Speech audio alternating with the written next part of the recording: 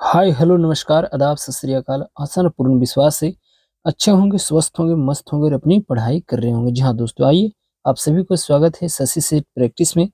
जैसा कि आपको पता है, यहाँ पे प्रतिदिन सुबह में 5 बजे सेट प्रैक्टिस के माध्यम से बिहार पुलिस का हम लोग कर रहे हैं रिवीजन। यह जो टेस्ट है दोस्त, मैं आपको बता दूं, सबसे बेहतरीन सेटों में से एक है जो बिहार पुलिस का लेवल होता है। यह जो टेस्ट है गुरुकुल का है और सबसे नया सेटों में से एक है। और यह सेट नंबर हमारा जो होगा आज 21 होगा। इससे पहले ऑलरेडी हम 20 प्रैक्टिस सेट को रिवीजन करवा चुके हैं। अगर आपने अभी तक नहीं देखा है तो जाइएगा चैनल पर, सारा आपको वहां पे वीडियो मिल जाएगा। अगर आपको चाहिए इस क्लास का पीडीएफ तो जाइएगा, इसी वीडियो के नीचे डिस्क्रिप्शन है, टेलीग्राम का लिंक दिया हुआ है, वहां पे ज्वाइन करके टेलीग्राम को आप हमें कमेंट के माध्यम से आप बता सकते हैं। तो चलिए हम बिना वक्त को जाया किए हुए स्टार्ट करते हैं आज को सेशन को और देखते हैं आज का पहला प्रश्न। उससे पहले अगर आप पहली बार देख पा रहे होंगे यह वीडियो तो मैं जरूर आपसे आग्रह करूंगा कि इस चैनल को सब्सक्राइब कीजिए। अगर आपको अच्छा लगता है तो लाइक और अपने दोस्तों के पास शेयर जरूर कीजिएगा। तो चलिए इसी के साथ स्टार्ट किया जाए और देखा जाए आज का पहला प्रश्न। पहला जो प्रश्न है कि निम्नलिखित में कौन सा विषम संयोजन है। यानी यहाँ पे आपको एक विषम विकल्प दिया गया है, वह है मैं इनसे मिला। रेखा चित्र आपका यह जो है गलत है और यही इसका सही जवाब हो जाएगा। अगला जो प्रश्न है कहता है कि डैश अर्थ का प्रतिपादन करने वाला शब्द समूह ही काव्य है। कथन में रिक्त स्थान की पूर्ति के लिए सही शब्द का चयन कीजिए। तो इसमें सही जो शब्द है वह आपको रमणीय हो जाएगा, यानी डी वाला बिल्कुल सही है। अगला है कि केवल कविता के लिए कविता करना तमाशा है। कथन की मूल व्यंजना क्या है। इसकी मूल जो व्यंजना है, प्रश्न आपको कल्याणकारी होना चाहिए, यानी सी वाला बिल्कुल इसका सही है। निम्नलिखित में कौन सा वाक्य शुद्ध है, यहाँ पे आपको करेक्ट बताना है। देखिए मैं इस प्रश्न को जो शुद्ध है कि आज बहुत फल खरीदे गए, यह जो वाक्य है बिल्कुल शुद्ध और सही दिया गया है। अगला है कि युग युग तक चलती रहे कठोर कहानी, रघुकुल में थी एक अभागिन रानी। मैथिली शरण गुप्त की यह पंक्ति किसके संदर्भ में कहा गया था। वही माता केकई के बारे में कहा गया था। तो डी वाला बिल्कुल यहाँ पे करेक्ट हो जाएगा। अगला है कि जयशंकर प्रसाद का संबंध किस काव्य प्रवृत्ति से है। तो जयशंकर प्रसाद जो है वह छायावादी कवि हुआ करते थे। तो बी बिल्कुल सही है। अगला है कि मुझे तोड़ लेना बनमाली उस पद पर तू देना फेंक, मातृभूमि पर शीर्ष चढ़ाने जिस पद पर जाए वीर अनेक। बड़ा बेहतरीन पंक्ति है और इसे लिखा था माखनलाल चतुर्वेदी साहब। जब हम लोग 7-8 में पढ़ा करते थे तो इसको बहुत हमें याद क्या करते थे। तो डी वाला बिल्कुल यहाँ पे सही है। अगला है कि भारतीय संविधान के किन अनुच्छेदों में राजभाषा संबंधी प्रावधानों का उल्लेख किया गया है। तो जाहिर सी बात है कि 343 से लेकर 351 तक आपको राजभाषा संबंधी प्रावधानों का उल्लेख किया गया है। तो बी बिल्कुल सही है।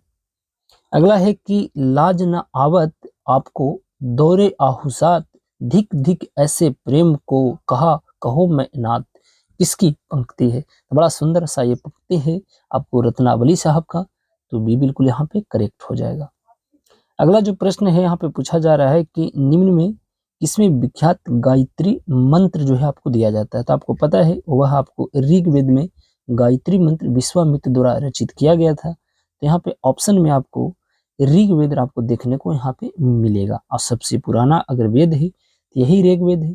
सबसे नया वेद अगर पूछा जाए तो अथर्ववेद है। सामवेद को भारतीय संगीत का जनक कहा जाता है। तो आप इन्हें जरूर याद रखिएगा। अगला जो यहाँ पे प्रश्न है कि जियो और जीने दो किसने कहा था।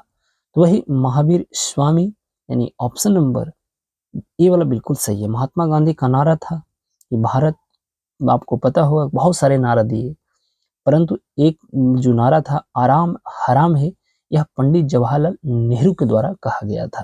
तो आप इस चीज को जरूर याद रखिएगा।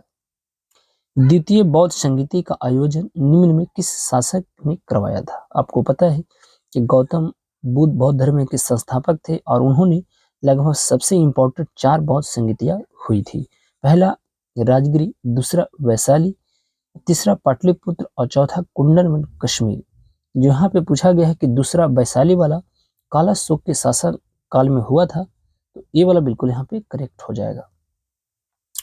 अगला है कि कुतुब मीनार का नाम किस सूफी संत के नाम पर रखा गया था? वही कुतुब मीनार आपको पता है कुतुब ऐबक के द्वारा बनाया गया था और कुतुबुद्दीन बख्तियार काकी के नाम पर रखा गया था। तो सी वाला यहाँ पे करेक्ट हो जाएगा। अगला जो यहाँ पे प्रश्न है ये आपको बताना है, ये आपको यहाँ पे दिया गया है, जरा देखिए। कहता है कि पृथ्वीराज रासो, तो पृथ्वीराज रासो जो था ना वह चंद्र वरदाई के द्वारा लिखा गया था, शाहनामा फिरदौसी के द्वारा, तहकीक हिंद अलबरूनी और कथा सरित्र सागर जो था सोमदेव। तो इस तरह से ऑप्शन नंबर ए वाला बिल्कुल यहाँ पे करेक्ट हो जाएगा। अगला जो प्रश्न है मेरे मित्र वह आपको पूछा गया है कि मध्यकालीन भारत में मन शबदारी प्रथा खास तौर पर इसलिए चालू की गई थी ताकि आपको साफ सुथरा प्रशासन लागू हो सके। तो यहाँ पे डी वाला बिल्कुल यहाँ पे करेक्ट हो जाएगा। अगला है कि इजारेदारी अथवा लगान वसूली के लिए बोली लगाने की प्रथा की शुरुआत किस अंग्रेज गवर्नर जनरल के द्वारा किया गया था? यह जो किया गया था वारेन हेस्टिंग्स के द्वारा। आपको पता है बंगाल का प्रथम गवर्नर जनरल यही था। तो बी वाला बिल्कुल यहाँ पे करेक्ट हो जाएगा। अगला है कि फिनिक्स फर्म की स्थापना किसने की थी? तो वही बापू महात्मा गांधी के द्वारा यह किया गया था। तो बी बिल्कुल सही है। अगला है कि वह प्रथम भारतीय कौन था जिसने 1816 ईस्वी में कलकत्ता में बंगाल गजट नामक अंग्रेजी समाचार पत्र निकाला था? वह निकाला गया था गंगाधर भट्टाचार्य के द्वारा, यानी बी बिल्कुल यहाँ पे करेक्ट हो जाएगा। अगला है कि सर्वेंट ऑफ सोसाइटी यानी सर्वेंट ऑफ इंडिया सोसाइटी की स्थापना कौन किए थे? तो आपको पता है कि यहाँ पे इसका जो स्थापना किया गया था वह गोपाल कृष्ण गोखले के द्वारा किया गया था। चटगांव षड्यंत्र से कौन संबंधित थे? तो वही सूर्यसेन संबंधित थे। तो ये वाला बिल्कुल सही है। अगला है कि निम्न में से किससे आपको बाल गंगाधर तिलक ने भारत का हीरा कहा था? तो गोपाल कृष्ण गोखले को ही बाल गंगाधर तिलक के द्वारा हीरा कहा गया था। तो 21 का डी वाला बिल्कुल यहाँ पे करेक्ट हो जाएगा। अखिल भारतीय ट्रेड यूनियन कांग्रेस एटक की स्थापना कब हुई थी?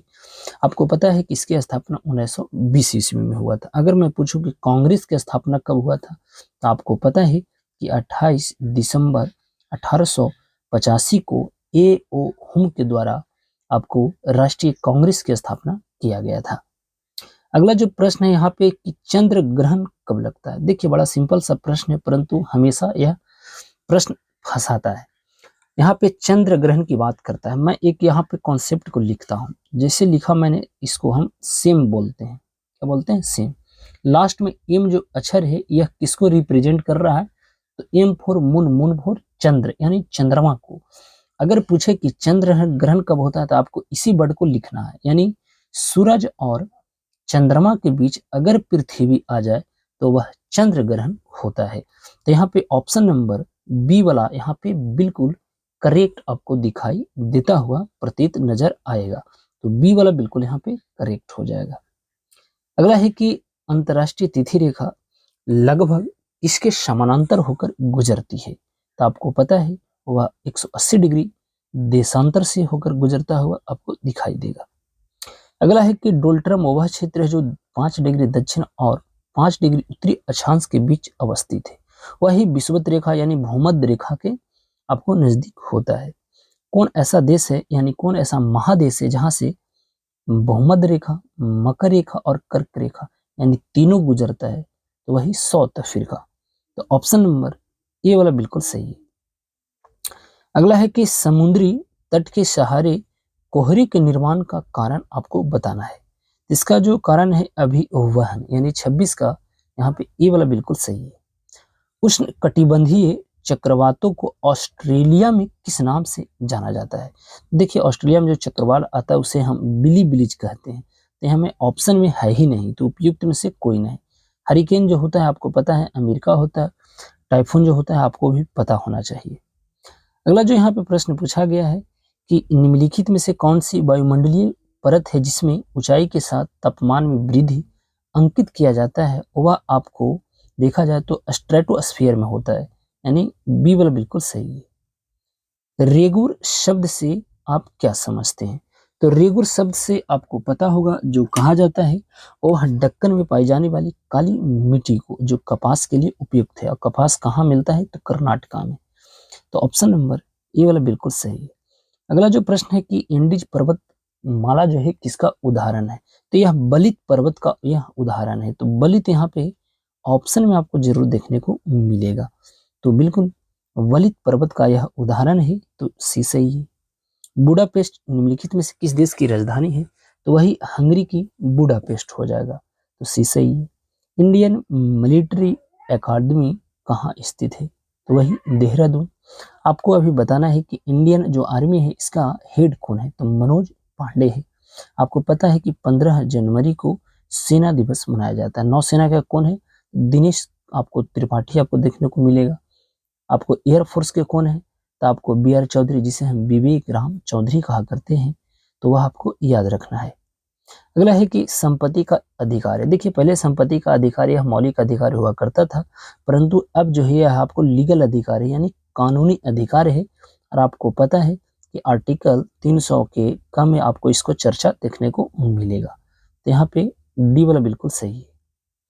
अगला है कि राष्ट्रीय ध्वज को आधिकारिक रूप से कब मान्यता मिली थी? तो 22 जुलाई 1947 को। तो डी वाला बिल्कुल सही है। मौलिक अधिकारों का रक्षक यानी संरक्षक कौन होता है? आपको पता है हमारा जो फंडामेंटल आपको राइट है उसका जो रक्षक है उसे हम सर्वोच्च न्यायालय क्या करता है? तो यहाँ पे ये वाला बिल्कुल सही है। आपको पता है कि सर्वोच्च न्यायालय का मुख्य न्यायाधीश जो है वह आपको 50वें क्रम के डी वाई चंद्रचूड़ साहब हैं। तो आप इस चीज को जरूर याद रखिएगा। अगला जो प्रश्न है कि जब कोई पदाधिकारी अपने सार्वजनिक कर्तव्य का निर्वहन नहीं करता तब न्यायालय द्वारा कौन सा लेख जारी किया जाता है? आपको पता है कि एक आर्टिकल है 32 और यही आर्टिकल को बाबा साहेब भीमराव अंबेडकर ने संवैधानिक उपचारों का अधिकार यानी संविधान का आत्मा कहे थे, और इसमें जो है आपको परमादेश यहाँ पे बिल्कुल सही है।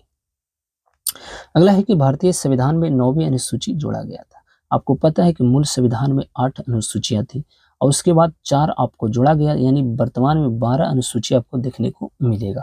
तो 9वां जो अनुसूची था 1951 में प्रथम संविधान संशोधन जो भूमि संबंधी से जुड़ा गया था। तो ये वाला बिल्कुल यहाँ पे करेक्ट हो जाएगा। अगला है कि भारतीय नौसेना ने ऑपरेशन एक चलाया था जिसका नाम था संकल्प, के तहत किस ईरानी जहाज और 23 पाकिस्तानी नागरिकों के चालक दल को लुटेरे से बचाया था? उस आपको जहाज का नाम था अल कंबर, यानी ये वाला बिल्कुल सही है।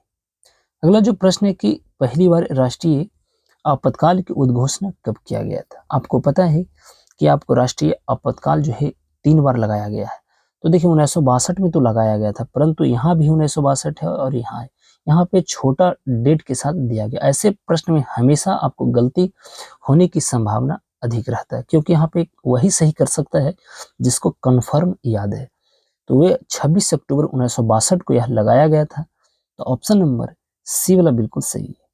अगला है कि भारत में राज्यों की सीमाओं में परिवर्तन करने का यह जो है अधिकार है किसके पास? तो यह संसद के पास होता है। तो सी सही है। अगला है कि भारतीय संविधान के किस अनुच्छेद में ग्राम पंचायतों के संगठन हेतु राज्य के निर्देश दिया गया है? देखिए यहाँ पे आर्टिकल यहाँ पे 40 वाला बिल्कुल यहाँ पे करेक्ट हो जाएगा। तो ये वाला बिल्कुल सही है। राज्य स्तरीय मानव विकास रिपोर्ट जारी करने वाला भारत का पहला राज्य कौन है? तो देखिए पहला जो राज्य है ना वह एमपी है, यानी मामा की नगरी एमपी, मध्य प्रदेश आपको देखने को यहाँ पे जरूर मिलेगा। बिल्कुल Madhya Pradesh option number C में है। परंतु अगर भारत का एचडीआई में अगर रैंक देखा जाए तो 134 है जो यूएनडीपी के द्वारा जारी किया जाता है। अगला है कि आसियान का सचिवालय कहाँ है? देखिए यहाँ पे आसियान का सचिवालय association of south east Asia of nation, इसका अगर मुख्यालय देखा जाए तो कहाँ है? काठमांडू में है, परंतु यहाँ पे सचिवालय जकार्ता इंडोनेशिया में देखने को मिलेगा। तो बी बिल्कुल सही है।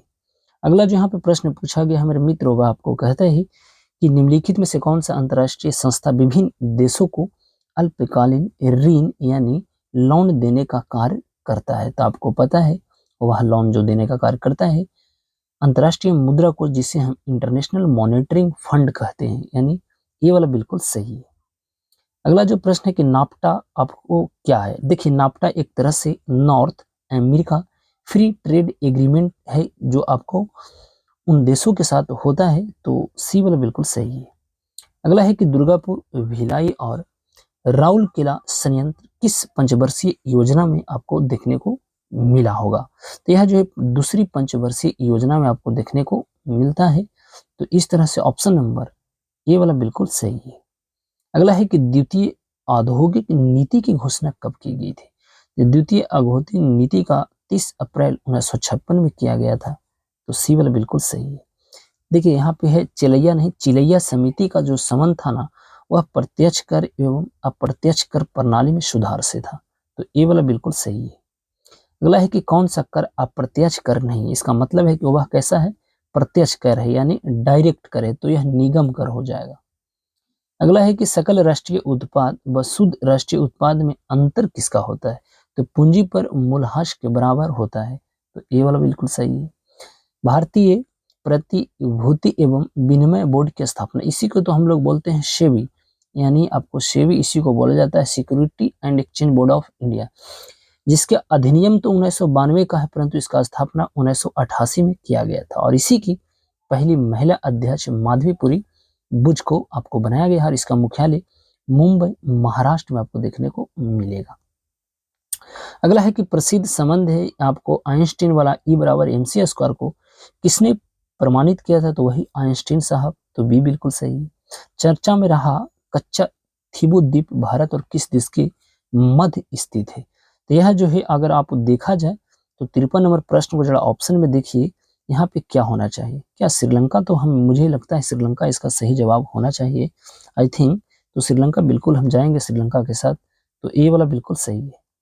अगला है कि ट्रांसफार्मर प्रयुक्त किया जाता है। देखिए, ट्रांसफार्मर जो हमारा होता है वह केवल AC के साथ आपको होता है, यानी प्रतिवर्तीय धारा, जिसे हम अल्टरनेटिव करंट कहते हैं, तो ए वाला आपको बी वाला बिल्कुल यहाँ पे करेक्ट हो जाएगा। हाल ही में चर्चा में रहा सेनकाकू द्वीप किस महासागर में स्थित है? तो यह जो द्वीप होना चाहिए प्रशांत महासागर, यानी ए वाला बिल्कुल सही है। अस्थायी चुंबक के लिए सर्वाधिक श्रेष्ठ पदार्थ क्या है? तो एलिंको ऑप्शन के अनुसार सी बिल्कुल सही है।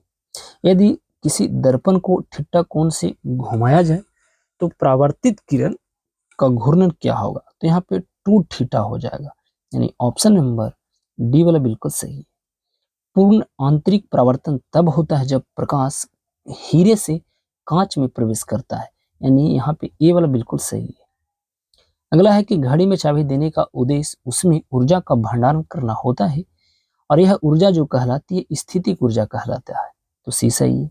फ्यूज में प्रयुक्त होने वाली तार की विशेषता क्या है? आपको पता है फ्यूज में उच्च प्रतिरोध होगा और निम्न गलांक होगा, तभी जाके यह उड़ जाता है और खुद को बचा लेता है, यानी बल्ली का बकरा है, तो ऑप्शन नंबर सी वाला बिल्कुल सही है।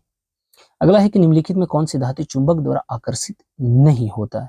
तो जो नहीं होता है ना वही तो एल्यूमिनियम है साहब, तो ऑप्शन नंबर डी वाला बिल्कुल सही है। हाल ही में चर्चा में रहा बीपीको लंबो मिशन किन 2 अंतरिक्ष एजेंसियों का संयुक्त परियोजना है? तो यूरोपियन स्पेस एजेंसी और एक जाक्सा जो जापान का है, इन्हीं का बीच यह आपको देखने को मिलेगा। अगला है कि निम्नलिखित में से यहाँ पे LPG में पूछ रहा है कि मुख्य गैस क्या होता है? आपको जो पता है कि LPG में मुख्य रूप से ब्यूटेन और प्रोपेन होता है, तो हम ब्यूटेन के साथ जाएंगे, तो डी बिल्कुल सही है।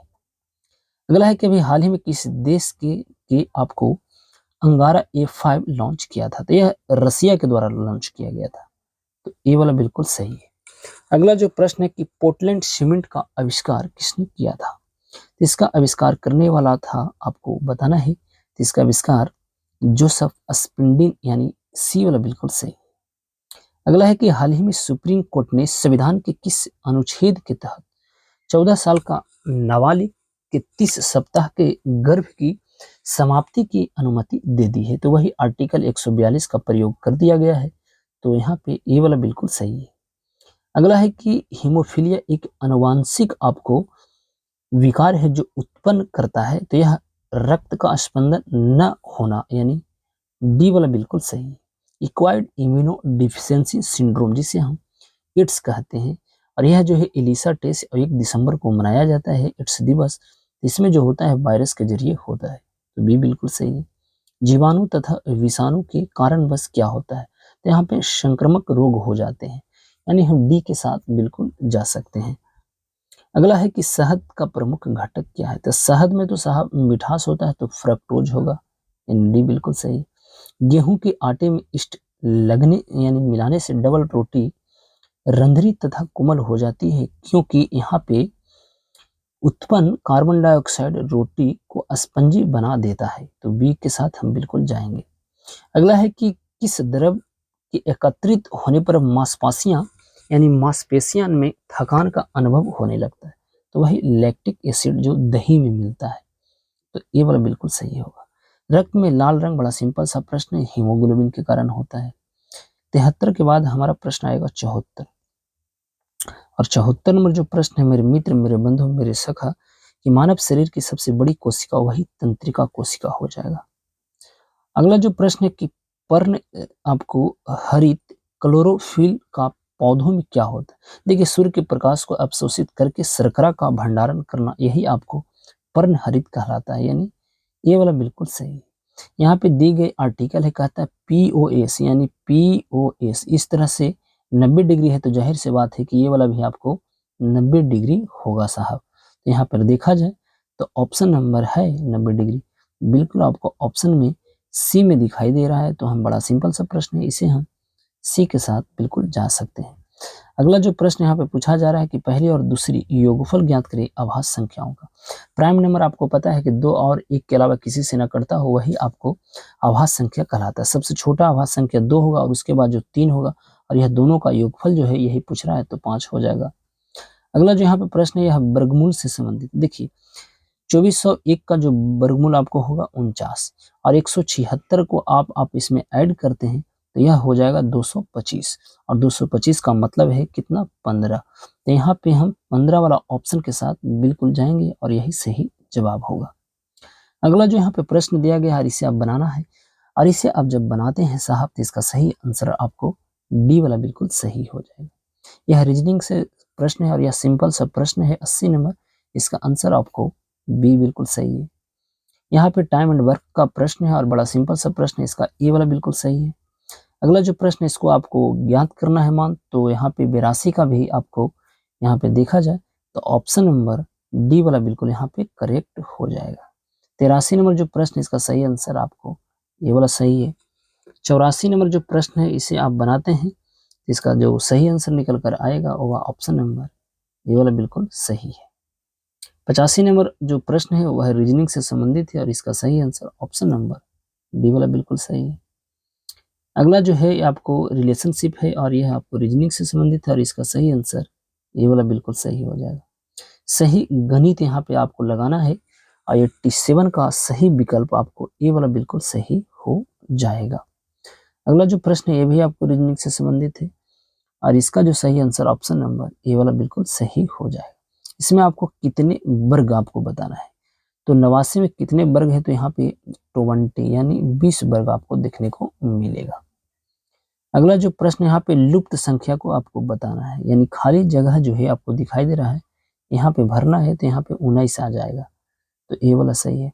90 के बाद हमारा आएगा 91, और 91 नंबर जो प्रश्न है मेरे मित्र, वह आपको इंग्लिश से संबंधित है, और इसका सही आंसर अगर देखा जाए तो सी वाला बिल्कुल करेक्ट हो जाएगा। 92 नंबर प्रश्न है, इसका जो सही आंसर निकल कर आएगा ये भी आपको ए वाला सही है। 93 नंबर जो प्रश्न है, इसका सही आंसर देखा जाए टू स्मॉल ए रैट, तो इसका सही आंसर आपको सी बी वाला बिल्कुल करेक्ट हो जाएगा। 94 नंबर जो प्रश्न है, इसका सही आंसर अगर देखा जाए तो सी बिल्कुल सही है। 95 नंबर यहाँ से दिया गया है, 95 और 96, तो आपको इसको पढ़ना है, और 95 नंबर जो प्रश्न है, इसका सही आंसर आपको सी वाला बिल्कुल सही हो जाएगा।